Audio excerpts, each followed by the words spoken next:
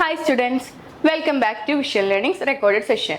So, ഇന്നത്തെ ക്ലാസ്സിൽ നമ്മൾ എടുക്കുന്നത് റൈറ്റിംഗ് ടാസ്ക് 2 ആണ്. അക്കാഡമിക്കിലും അതേപോലെ തന്നെ ജനറലിലും റൈറ്റിംഗ് ടാസ്ക് 2 എന്നുള്ളത് എസ്സേ റൈറ്റിംഗ് ആണ്. തന്നിരിക്കുന്ന ടോപ്പിക്കിനെ ഡിപ്പെൻഡ് ചെയ്തിട്ട് നിങ്ങളൊരു എസ്സേ എഴുതണം. അപ്പോൾ ടാസ്ക് പാരാമീറ്റേഴ്സ് നമുക്ക് ആദ്യം നോക്കാം. റൈറ്റിംഗ് എന്നുള്ളത് ടാസ്ക് 1ഉം 2ഉം കൂടിയിട്ട് 60 മിനിറ്റ് ആണ്. 1 hour ആണ് റൈറ്റിംഗ് ടാസ്കിനുള്ള ടൈം പീരീഡ്. ഇതിൽ 20 മിനിറ്റ് നിങ്ങളുടെ ടാസ്ക് 1നും അതേപോലെ തന്നെ 40 മിനിറ്റ് ടാസ്ക് 2വിനുമാണ്. ജനറൽ റൈറ്റിംഗിലെ ടാസ്ക് 1 എന്നുള്ളത് ലെറ്റർ റൈറ്റിംഗ് ആണ്. ഇപ്പോൾ ജനറൽ IELTS-ലാണെങ്കിൽ നിങ്ങൾക്ക് അവിടെ ടാസ്ക് 1 ലെറ്റർ റൈറ്റിംഗ് ആണ്. അക്കാഡമിക് ആണെങ്കിൽ അവിടെ ഗ്രാഫ് റൈറ്റിംഗ് ആണ് ഉള്ളത്. When it comes to task 2 ഇത് രണ്ടു പേർക്കും സെയിം ആണ്. അതായത് നിങ്ങളുടെ എക്സാമിന് വരുമ്പോൾ ക്വസ്റ്റ്യൻ പേപ്പർ ഡിഫറെൻ്റ് ആണെങ്കിലും പഠിക്കാനുള്ള പാരാമീറ്റേഴ്സും അതേപോലെ തന്നെ ബാക്കി എല്ലാ കാര്യങ്ങളും സെയിം ആണ്. അപ്പോൾ 40 മിനിറ്റ് ആണ് നിങ്ങളുടെ റൈറ്റിംഗ് ടാസ്ക് 2വിനുള്ള ടൈം പീരീഡ്. അതേപോലെ തന്നെ 250 വേർഡ്സ് ആണ് നിങ്ങൾ എഴുതേണ്ടത്. ടാസ്ക് 1 150 വേർഡ്സും ടാസ്ക് 2 250 വേർഡ്സും ആണ് എഴുതേണ്ടത്. ഇനി 4 പാരഗ്രാഫ് ആയിട്ട് വേണം നിങ്ങൾ നിങ്ങളുടെ റൈറ്റിംഗ് ടാസ്ക് 2 ഡിവൈഡ് ചെയ്യാനായിട്ട്. അപ്പോൾ 4 പാരഗ്രാഫ് ആയിട്ട് വേണം നിങ്ങൾ എഴുതാനായിട്ട്. അതിൽ ആദ്യത്തെ പാരഗ്രാഫാണ് ഇൻട്രൊഡക്ഷൻ. ആദ്യത്തെ പാരഗ്രാഫ് ഇൻട്രൊഡക്ഷൻ. ഈ ഇൻട്രൊഡക്ഷനിൽ മെയിൻ ആയിട്ട് 3 കാര്യങ്ങളാണ് വേണ്ടത്. അതായത് ഒരു ജനറൽ സ്റ്റേറ്റ്മെന്റ്, നിങ്ങൾ എന്താണോ ടോപ്പിക്ക് ചോദിച്ചിട്ടുള്ളത് അതിനോട് ഡിപ്പെൻഡ് ചെയ്തിട്ടുള്ള ഒരു ജനറൽ സ്റ്റേറ്റ്മെന്റ് നിങ്ങൾ ആദ്യം എഴുതണം. Then you have to paraphrase.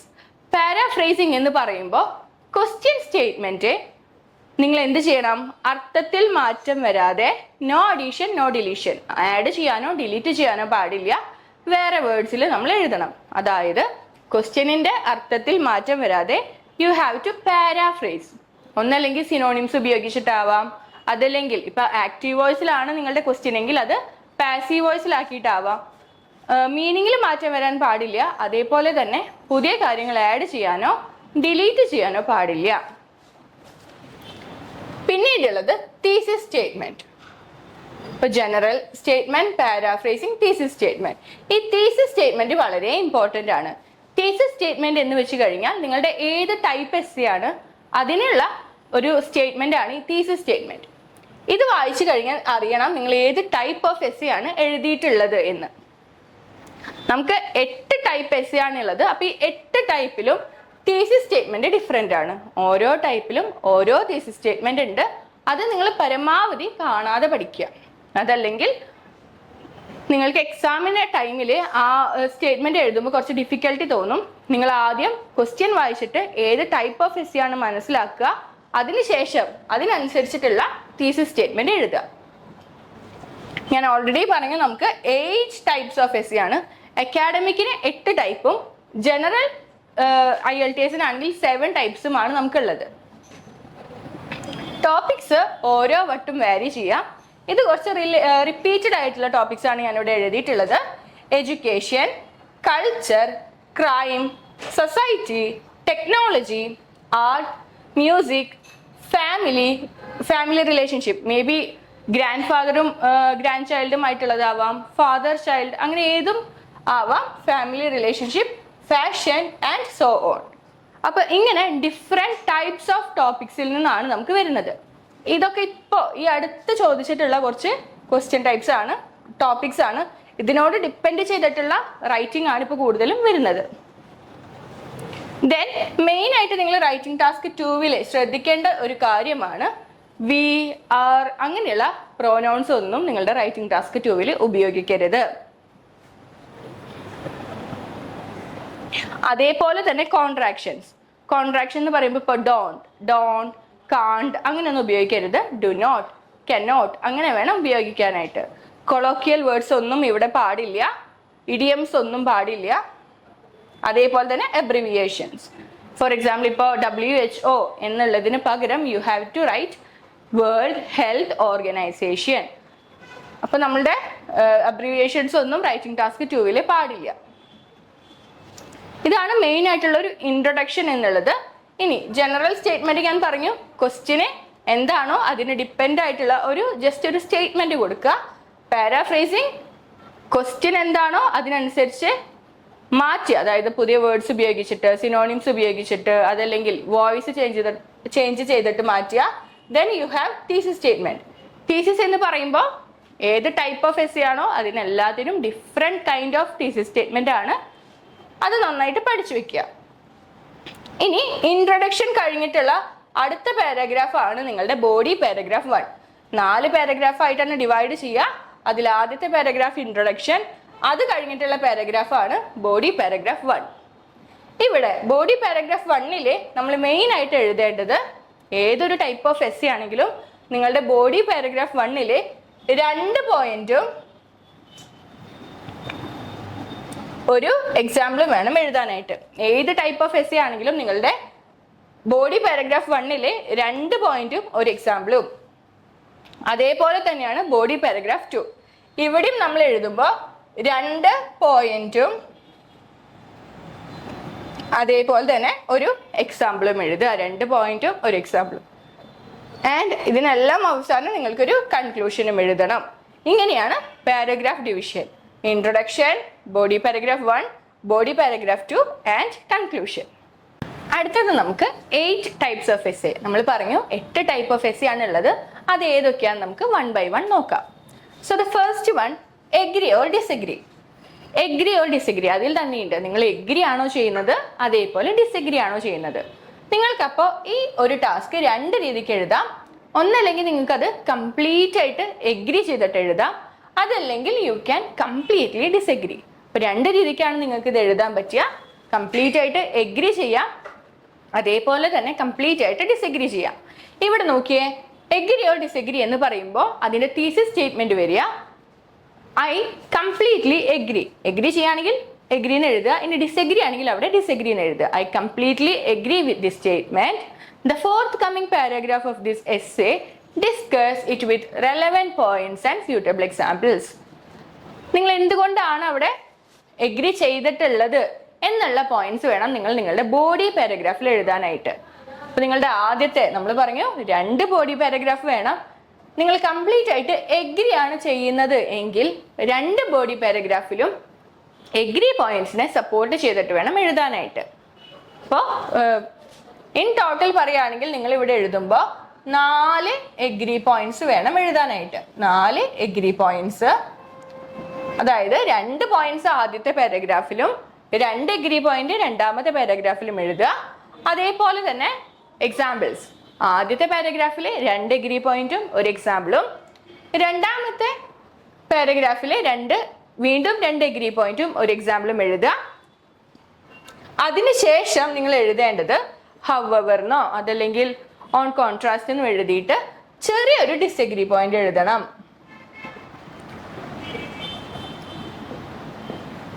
ഇവിടെ ഈ ഡിസഗ്രി പോയിന്റ് എഴുതുമ്പോൾ നിങ്ങൾ അതിനെ എക്സ്പ്ലെയിൻ ചെയ്യാനോ എക്സാമ്പിൾ കൊടുക്കാനോ ഒന്നും വേണ്ട, ജസ്റ്റ് ഒന്ന് മെൻഷൻ ചെയ്യുക. കാരണം നമ്മൾ കംപ്ലീറ്റ് ആയിട്ട് എഗ്രി ആണ് ചെയ്തിട്ടുള്ളത്. അതുകൊണ്ട് തന്നെ 4 എഗ്രി പോയിന്റും ചെറിയൊരു ഡിസഗ്രി പോയിന്റ് ഒന്ന് മെൻഷൻ ചെയ്യുക, അത്ര മാത്രം മതി. ഇനി ഇപ്പൊ നിങ്ങൾ ഡിസഗ്രി ചെയ്യുന്നതെങ്കിൽ 4 ഡിസഗ്രി പോയിന്റും ഒരു എഗ്രി പോയിന്റും. ഇനി അടുത്തൊരു ടൈപ്പാണ് to what extent. To what extent do you agree or disagree? അതല്ലെങ്കിൽ ടു വാട്ട് എക്സ്റ്റെന്റിന് പകരം they may ask how far do you agree or disagree. നമ്മൾ പറഞ്ഞു എഗ്രി ഓർ ഡിസഗ്രി 2 രീതിക്കാണ് എഴുതാൻ പറ്റുക, കംപ്ലീറ്റ്ലി എഗ്രി അല്ലെങ്കിൽ കംപ്ലീറ്റ്ലി ഡിസഗ്രി. ഇവിടെ നമുക്ക് 3 രീതിക്ക് എഴുതാം. കംപ്ലീറ്റ് ആയിട്ട് എഗ്രി ചെയ്യാം, കംപ്ലീറ്റ് ആയിട്ട് ഡിസഗ്രി ചെയ്യാം, അതല്ലെങ്കിൽ പാർഷ്യലി നമുക്ക് എഗ്രി ചെയ്യാം. ഇവിടെ നമുക്ക് 3 രീതിക്ക് എഴുതാൻ പറ്റും. പാർഷ്യലി എഗ്രി ചെയ്യലും നമുക്കിവിടെ ചെയ്യാം. കംപ്ലീറ്റ് ആയിട്ട് എഗ്രി ചെയ്താലും ഡിസഗ്രി ചെയ്താലും ഇതിന്റെ അതേ ഫോർമാറ്റ് ആണ് ഫോളോ ചെയ്യേണ്ടത്. എഗ്രി ഓർ ഡിസഗ്രിയുടെ അതേ ഫോർമാറ്റ് ആണ് ഫോളോ ചെയ്യേണ്ടത്. ഇനി നിങ്ങൾ പാർഷ്യൽ ആണ് എഗ്രി ചെയ്യുന്നതെങ്കിൽ നിങ്ങളുടെ ആദ്യത്തെ പാരഗ്രാഫിൽ 2 എഗ്രി പോയിന്റ്സും അതിനോടനുബന്ധിച്ചിട്ടുള്ള ഒരു എക്സാമ്പിളും, രണ്ടാമത്തെ പാരഗ്രാഫിൽ 2 ഡിസഗ്രി പോയിന്റും എക്സാമ്പിളും വേണം. അപ്പൊ ആദ്യത്തെ പാരഗ്രാഫിൽ 2 എഗ്രി പോയിന്റും ഒരു എക്സാമ്പിളും വേണം. രണ്ടാമത്തെ ബോഡി പാരഗ്രാഫിലെ 2 ഡിസഗ്രി പോയിന്റും ഒരു എക്സാമ്പിളും വേണം. അതേപോലെ നിങ്ങളുടെ കൺക്ലൂഷൻ എന്ന് പറയുമ്പോൾ ഇതുവരെ എഴുതിയിട്ടുള്ള എസ്സേ ഒന്ന് റീസ്റ്റേറ്റ് ചെയ്യുക. അതായത് നിങ്ങൾ എഴുതിയിട്ടുള്ള ഒരു എഗ്രി പോയിന്റും ഒരു ഡിസഗ്രി പോയിന്റും എടുത്തിട്ട് അതിനൊന്ന് റീസ്റ്റേറ്റ് ചെയ്യാം. അതാണ് നമ്മുടെ to what extent do you agree or disagree. മൂന്നാമത്തെ ടൈപ്പ് ഓഫ് എസ്സേ ആണ് discuss both views and give your opinion. ക്വസ്റ്റ്യനിൽ തന്നെയുണ്ട്, ഇവിടെ നമുക്ക് 2 വ്യൂ ആണുള്ളത്. 2 വ്യൂ ഉണ്ട്. അതേപോലെ തന്നെ നിങ്ങൾ നിങ്ങളുടെ ഒപ്പീനിയൻ കൊടുക്കണം.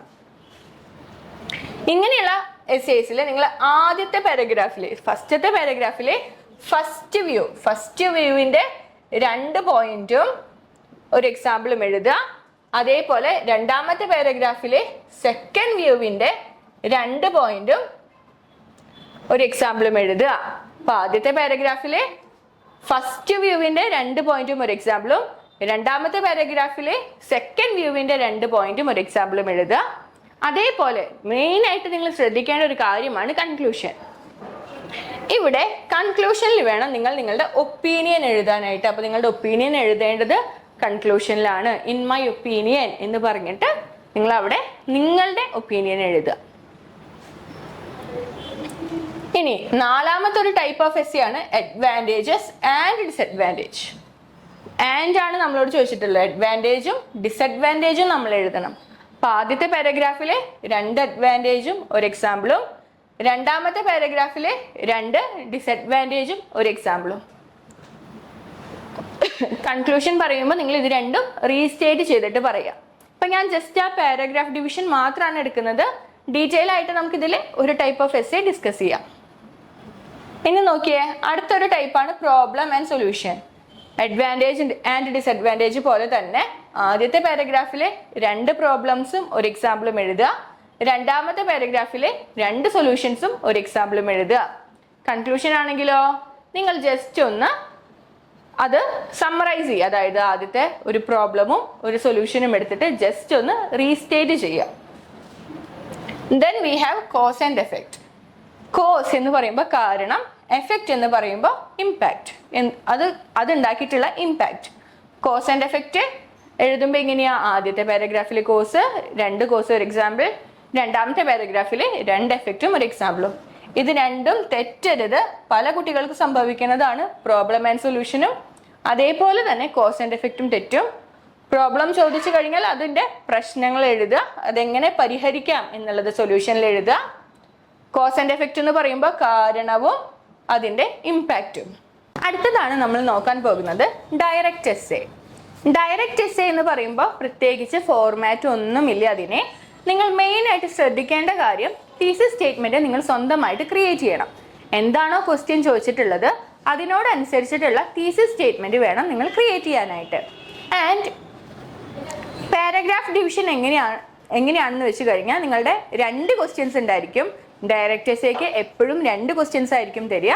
അതിൽ ആദ്യത്തെ ക്വസ്റ്റ്യൻ്റെ ആൻസർ നിങ്ങൾ ആദ്യത്തെ പാരഗ്രാഫിലും രണ്ടാമത്തെ ക്വസ്റ്റ്യൻ്റെ ആൻസർ നിങ്ങൾ രണ്ടാമത്തെ പാരഗ്രാഫിലും വേണം എഴുതാനായിട്ട്, വിത്ത് എക്സാമ്പിൾസ്. 2 പാരഗ്രാഫിലും ഓരോ എക്സാമ്പിൾസും നിങ്ങൾ കൊടുക്കണം. And last type of essay ആണ് അഡ്വാൻറ്റേജസ് ഔട്ട്വേ ഡിസഡ്വാൻറ്റേജസ്. ഇത് ജനറൽക്കാർക്കില്ല, ജനറൽ ട്രെയിനിങ് ഇല്ല. നിങ്ങൾക്ക് അക്കാഡമിക്കുകാർക്ക് മാത്രമാണ് അഡ്വാൻറ്റേജസ് ഔട്ട്വേ ഡിസഡ്വാൻറ്റേജസ് ഉള്ളൂ. ഇവിടെ ഈ ഔട്ട്വേ എന്ന് വെച്ച് കഴിഞ്ഞാൽ എത്രത്തോളം കൂടുതലാണ് എന്നുള്ളതാണ് ചോദിക്കുന്നത്. ഇതുവരെയുള്ള എസ്സേസ് ഒക്കെ നമ്മൾ 2:2 റേഷ്യോയിലാണ്. അതായത് 2 അഡ്വാൻറ്റേജ് ആണെങ്കിൽ 2 ഡിസഡ്വാൻറ്റേജ്. ബോത്ത് വ്യൂസ് ആണെങ്കിൽ ആദ്യത്തെ പാരഗ്രാഫിൽ 2 വ്യൂ, രണ്ടാമത്തെ പാരഗ്രാഫിൽ മറ്റേതിൻ്റെ 2 പോയിന്റ്, അങ്ങനെയാണ് എഴുതിയിട്ടുള്ളത്.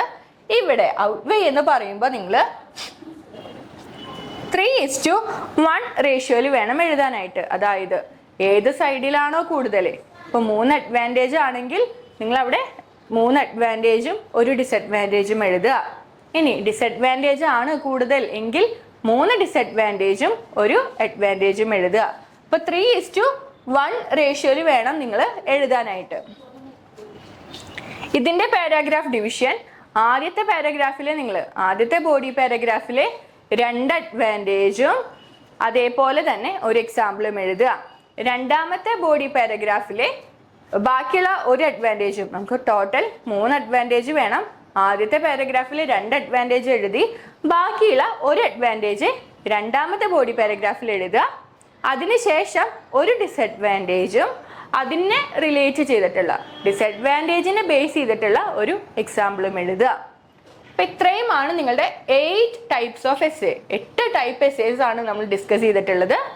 Agree or disagree, to what extent do you agree or disagree, to what extent do you agree or disagree, discuss both views and give your opinion, advantages and disadvantages, problem and solution, cause and effect, direct essay, and you have advantages outweigh disadvantage.